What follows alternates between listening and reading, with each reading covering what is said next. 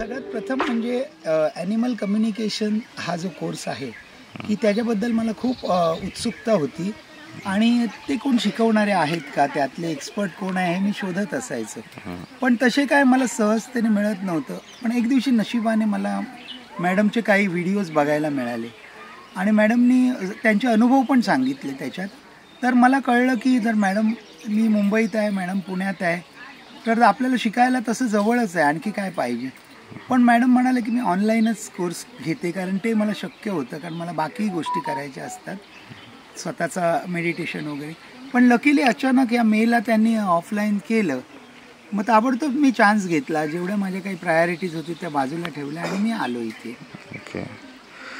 एकंदरीत तुम्हाला ॲनिमल सोबत कसं म्हणजे कसे कनेक्ट होता तुम्ही? पूर्वी होतात किंवा असे गरज का वाटली की तुम्हाला प्राण्यांशी बोलायचं होतं? हां, गरज अशी वाटली ना की मला घरच्या बॅकग्राऊंडमुळे वगैरे ना की आपण पृथ्वीवर या प्लॅनेटवर माणूस म्हणून राहतो.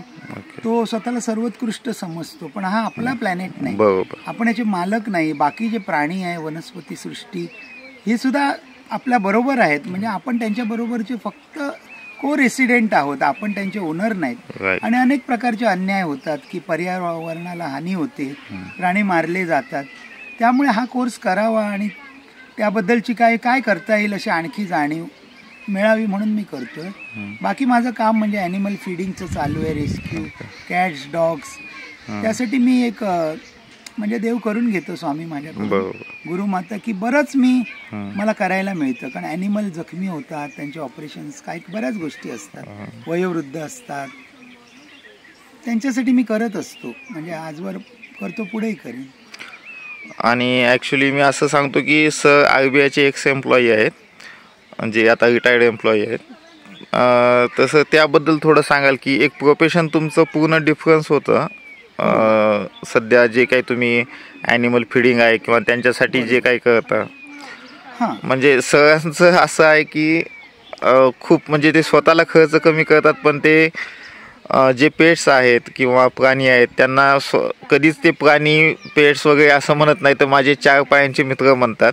त्याबद्दलही थोडंसं एक्सप्लेन कराल? हां, पहिलं म्हणजे माझा प्रोफेशन जो आपल्याला पोटा पाण्यासाठी करावा लागतो, बँकिंगचा व्यवसाय, तर तो जे काय जी माझी काही अल्पमती शक्तीप्रमाणे मी तो पूर्ण केलं. मी रिटायर्ड झालो आणि आज माझं वय 64 वर्ष 8 महिने म्हणजे 65 समजा असं आहे. तर त्यामध्ये ना रिटायर्ड झाल्यानंतरच मला वेळ मिळाला, नाही तर मध्ये शनिवार रविवार मिळायचं. तेव्हाही प्राण्याबद्दल म्हणजे आता मुंबई शहरात म्हणजे प्राणी, कुत्रा आणि मांजर आणि काही पक्षी वगैरे, तर मी परेलला राहतो, तिथे प्राण्यांचं हॉस्पिटल आहे गव्हर्नमेंटचं. तर सतत मला दिसायचे त्रासात प्राणी. तर मी कामाच्या गडबडीत असायचो की मला ते काय पुरी कराव्या लागायच्या गोष्टी. तर बऱ्याचदा दुर्लक्ष झालं. ती एक गिल्ट भावना आहे की आपण थांबायला पाहिजे होतं, करायला पाहिजे होतं. पण आता मला कळतं की मला जर वेळ मिळाला ना तर मी पूर्णच देणार आणि इतरांना पण प्रेरित करणार.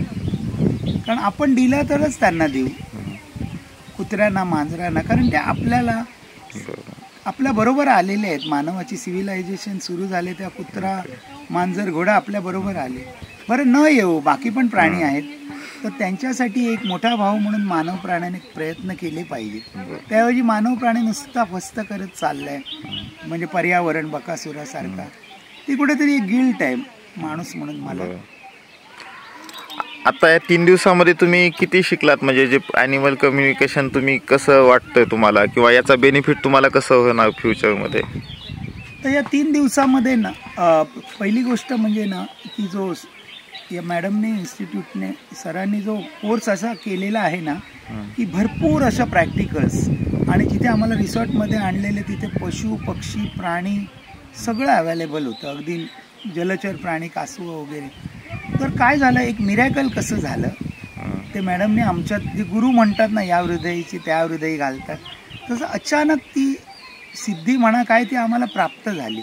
म्हणजे इथे यायच्या आदल्या दिवशी मला ती नव्हती, पण अचानक मला कळलं की मी बोलू शकतो पशु पक्ष्यांचे. आजही मला इतकं एवढं वय होऊ नये ना, एक थ्रिल वाटते, म्हणजे एक वेगळाच आनंद. म्हणजे असं SSC पास झाल्यावर माणसाला होतो, लग्न झालं, मूल बाळ झालं, किंवा असे जे आनंद असतात ना अगदी दिवाळीचा किंवा गणपती आल्यावर, तसं मला ना एक थ्रिल आहे, हे मला आलं आणि ते शिकवलं मला मॅडमनी, सरांनी. इथे मी येऊन शिकलो आणि मला इथे जे ट्रेनिज मिळाले बाकी सगळ्या म्हणजे जेंट्स पण एक आहे आणि मुली सगळ्या, त्यांनी सुद्धा एवढ्या उत्सुकतेने ते सगळं शिकलं आणि प्रत्येक क्षेत्रात त्या प्रवीण आहे. पण प्राण्यांसाठी काहीतरी करायचं, पक्ष्यांसाठी करायचं असं त्यांचं ध्येय आहे.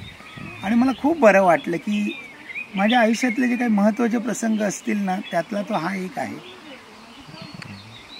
Thank you sir. एकंदरीत तुम्ही तुमच्या पुढच्या कामासाठी पण खूप खूप शुभेच्छा, जे तुम्ही तुमच्या 4 पायांच्या मित्रांसाठी नेहमी काम करता. स्वतःचं मी अजून एक माहिती सांगेल, जे कोणी स्वतःचा मोठेपणा सांगत नसतो, तसंच सगळ्यांचं पण झालं. तर सगळ्यांनी ॲक्च्युली 60 लाख रुपये खर्च करून 60 लाख खर्च करून सर्व 4 पायांच्या त्यांच्या मित्रांसाठी एक स्पेशल छोटंसं एक शेल्टर होम बनवलेलं आहे. तर म्हणजे सगळ्यांचं एक म्हणजे एक वेगळी पर्सनॅलिटी आहे असं तुमच्या लक्षात येईल. कारण की ते आपण एकंदरीत झटतोय कशासाठी की मी मी मी किंवा माझी फॅमिली मी, म्हणजे मनुष्य प्राण्यापर्यंतच लिमिटेड आहेत. ते त्यापेक्षाही खूप पुढं आलेले आहेत असं मी ते सांगतो. आणि सरांनी जे काही मनोगत व्यक्त केलं त्यासाठी थँक्यू सर.